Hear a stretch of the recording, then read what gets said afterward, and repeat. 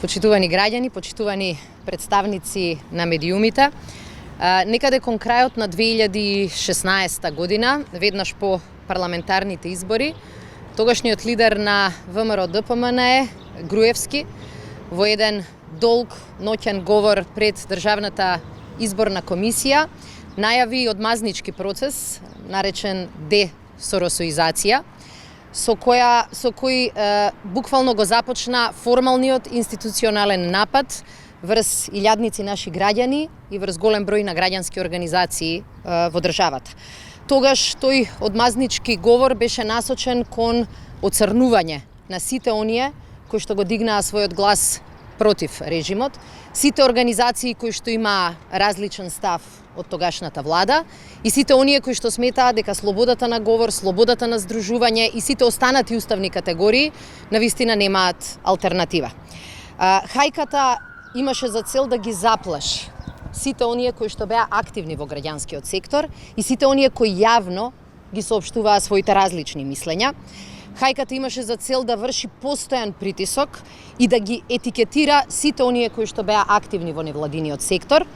Меѓутоа, хајката исто така беше проследена и со многу силен јавен и медиумски притисок, со кој сите тие беа оквалификувани или како платеници или како предавници. Овие закани не останаа само на зборови. Тие закани преминаа и во дела, и тоа од страна на клучни, многу важни институции во државата. Класичен политички притисок, дискриминација и злоупотреба на службена должност видовме од страна на институции како што се Управата за јавни приходи, Финансиската полиција и Јавното обвинителство за организиран криминал, кои што започнаа практично секојдневен притисок и закани кон различни членови и делови од граѓанскиот сектор. Инспекции се случуваа секој ден, притисокот беше и личен и институционален, и целта дури беше во целиот тој притисок да се вклучи инаку немата и речиси непостоечка поранешна државна комисија за борба против корупцијата. Финалето на оваа организирана и одмазничка хајка донесе драконски казни кон голем број на организации и поединци кои што немаа апсолутно никаква врска со законите и законските одредби. Преку погрешно толкување или на непостоечки делови од законите или преку одредби кои што останале доволно нејасни за да може да се злоупотребат, тогашната власт сакаше да ги замолчи невладините организации и граѓанскиот сектор, да ги казни, да ги оштети финансиски и мислам дека во тој момент веќе се надеваа дека ќе може дури и да ги затворат. Тоа беше напад не само на граѓанскиот сектор, туку и на многу поединци кои овде се родиле, работат, плаќаат даноци, формираат семејства и се трудат да помогнат државата да создаде подобар систем и поправедни услови за живот. Јасно беше дека со промената на власта оправдани беа очекувањата и на домашната јавност, меѓутоа и на Европската Унија, дека на ваквите злоупотреби ќе се стави крај и дека на некој начин ќе се покаже дека ова било огромна неправда и злоупотреба на системот. Тоа беше едно од барањата и од Европската комисија, од членките на Европската Унија, кои што во неколку наврати побараа да престанат овие акции, да се завршат формално и да се излезе со правно решение кое утре никој веќе нема да може да го злоупотреби. Денеска, после неколку чекори превземени и од владата, од владините институции, но и од собранието на нашата држава, можеме да кажеме дека навистина правдата е задоволена и дека неправдата нанесена кон овие поединци и невладините организации е исправена. Имено уште кон крајот на ноември Финансиската полиција ги затвори сите овие истраги и излезе и пред домашната и пред европската јавност со констатација дека ниту една законска одредба не била прекршена и дека немало основ ваквиот одмазнички и навистина прилично агресивен процес. После долготрајни анализи и консултации со неколку владини институции и консултации со собранието, владата даде позитивно мислење, а собранието донесе автентично толкување на законот, со кој што дефинитивно овој проблем се решава не само за денес, не само за изминатиот период, туку и за иднина. Имено, автентичното толкување покажува или појаснува дека граѓанските организации апсолутно не требале да плаќаат дополнителни средства во буџетот за оние активности кои што практично биле нивна основна дејност. Да се подсетиме дека во овој период казните беа побарани или им беа наплатени на граѓанските организации затоа што носеле дури и државни службеници на обука, на конференции, а при тоа се очекувало, а не плаќале дополнителни даноци за нешто што е нивна основна дејност и со кој што соработувале дури и со државните институции. Прашање кое пред 2016 никогаш и од страна на никого не било поставено. Ова автентично толкување, заедно со претходно изменетиот закон, покажа дека оваа влада не сака да остава сиви зони со кои што денес или утре било кој може да го уценува, да го притиска или да го манипулира. На овој начин решението ќе гарантира дека било која државна институција нема да може на ваков начин да создава притисок кон оние кои што можеби не ги имаат истите политички убедувања. Со оваа одлука, особено последнава на парламентот, се стави крај на злоупотребата на институциите од ваков, да кажам, режимски карактер и со автентичното толкување ставаме точка на овој прогон кој што беше нарачен во таа така наречена ноќ на долгите ножеви, а која што реално нашата држава ја представи во светло на најлошите автократски режими, каде што и граѓанскиот сектор е една од жртвите и еден од прогласените виновници од страна на власта. Конечно, на овој начин ја браниме и слободата на здружување, бидејќи невозможно е да очекувате дека ќе имаме слобода на здружување ако оние организации кои што тоа го прават се под постојан можен притисок од страна на власта доколку имаат различни ставови. Невладините организации и граѓанските активисти кои што беа цел на оваа хајка немаат сега ниту од што да се плашат, ниту од што да се срамат. Практично тие го направија она што и беше потребно на државата. Излегоа, ја говореа вистината, се бореа за слобода, се бореа за човекови права, се бореа за демократски вредности. Сите оние кои што излегуваа и на булеварот пред мене и во моменти кога беа и лично нападнати, продолжија да се борат за подобра иднина на државата.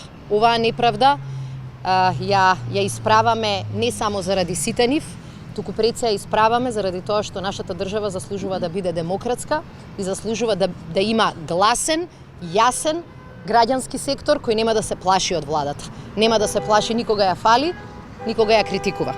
Затоа сакам денеска и во име на владата да им честитам и за трпеливоста, и за истрајноста, и за храброста на сите овие невладини организации, сите овие граѓански активисти кои не дозволија да бидат уплашени. Денеска истите тие кои што претходно беа гласни во критиката на режимот, знаат да бидат гласни и во критиките кон нас. Меѓутоа сметаме дека е тоа првата карактеристика на една вистински демократска држава. Им благодариме на поддршката кон сите нас и кон татковината и очекуваме дека на ваков начин владата ќе создаде многу подобра атмосфера и подобар амбиент за граѓански активизам. Ви благодарам.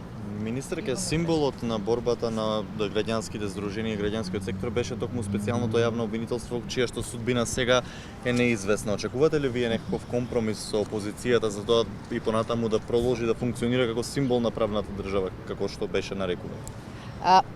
Во првите денови специјалното јавно обвинителство може би беше само символ. Сега тоа мора да продолжи да биде и символ и важен дел од правната држава која ќе покаже дека е функционална. Затоа вие гледате дека ги водиме преговорите. Не со цел да оствариме партиски интерес, туку со цел буквално да дадеме одговор на очекувањата на целата наша јавност. Не ја зборувам европската, целата наша јавност, дека правда мора да има и дека институциите кои се бореа со криминалот и со корупцијата мора да добијат мандат да продолжат тоа да го прават. За жал, не лесно се доаѓа до ваков компромис. Очигледно беше во изминатиот период дека опозицијата преговара со цел специјалното јавно обвинителство и истрагата за сите злоупотреби де факто да не може да работи. Ние нема да се согласиме на такви компромиси. Спремни сме за компромиси кои што ќе значат подобар закон, посилно обвинителство, повеќе контрола и врз извршната власт, но не сме спремни на компромиси кои што ќе значат ставање под тепих на старите злоупотреби или било какво ослабување на институцијата која треба да го истражува и минатото и сегашното работење на владата. Очекуваме дека ќе се најде решение, обврските се големи пред нас, но и пред опозицијата. Нашата јавност нема да прости на било која политичка партија или било кој политичар кој што ќе бара специјалното јавно обвинителство практично да престане да работи. И затоа обврската е и наша како влада тоа да го издействуваме, обврската е и на опозицијата, особено во пресред на одлуките од страна на Европската Унија. Јас мислам дека нема аргументи никој кој што се труди специјалното јавно обвинителство да го претвори во формално обвинителство кое нема да има ниту сила, ниту моќ, ниту мандат да ја работи својата работа. Такво обвинителство не ни треба. Министерке, пред 2-3 недели најави дека антикорупцијска ако донесе дека указите на председателот за промените на генералските места се незаконски, дека ќе бидат поништени, дека ќе се врати во првобитната состојба. Дали ќе побарате од новиот председател со укази да го промени тоа која би била законската можност, дали ќе ги барате парите назад кои се исплатени по тој статус? Кога излегува информациите од кабинетот на веќе председателот во заминување Иванов за овие именувања кои што ги направи во тек на кампања, уште тогаш нашиот став беше јасен. Тоа е незаконски, неправедно и погрешно. Одлуката на Државната комисија за борба против корупцијата тоа го потврди и вчера добивме дополнително барање од нив да ги доставиме документите со кои се извршиле решенијата. Очекувам тоа да биде направено во понеделник и убедена сум дека новиот председател, како и ние како извршна власт, ќе направиме се да не дозволиме законите да бидат кршени од било кого. Иванов или било кој друг. Тоа значи дека оние решенија кои што каде што се исплатени по високи плати, тие не само што ќе мора да бидат поништени, туку парите се разбира дека ќе треба да се вратат. Мислам дека помал дел од проблемот беа платите, бидејќи едно од тие решенија не беше донесено. Јас требаше да го донесам и јас кажав дека нема да бидам соучесник во кршење на законите и не го направив тоа. Мислам дека многу поважна беше политичката порака, дека законот важи и за секој председател, како што важи за премиер, како што важи за министер.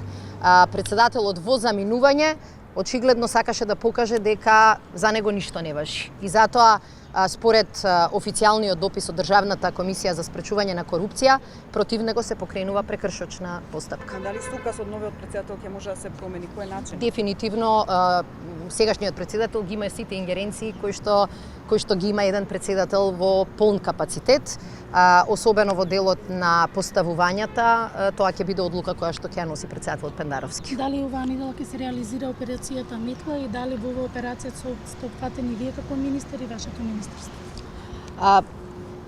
Од инаугурацијата на новиот председател, веќе владата нема обврска, ниту владата, ниту другите институции немаат обврска да се придржуваат до правилото дека не се возможни никакви кадровски поместувања. Тоа значи дека ние како сериозна коалиција и влада ќе седнеме и ќе ги направиме сите анализи како да дадеме одговор на некои од очекувањата кои што не сме успеале да ги исполниме. И тоа не е прашање само на персонални рокади, ниту промени, туку е прашање и на промени кои што ни се неопходни во системот за одлучување. Вие можевте да видите и во текот на целата кампања колку се силни критиките од страна на граѓаните, од страна на бизнисот и од страна на медиумите.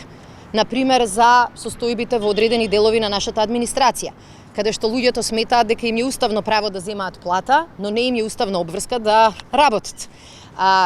Персоналните промени не се единственото прашање за кое што ќе дискутираме.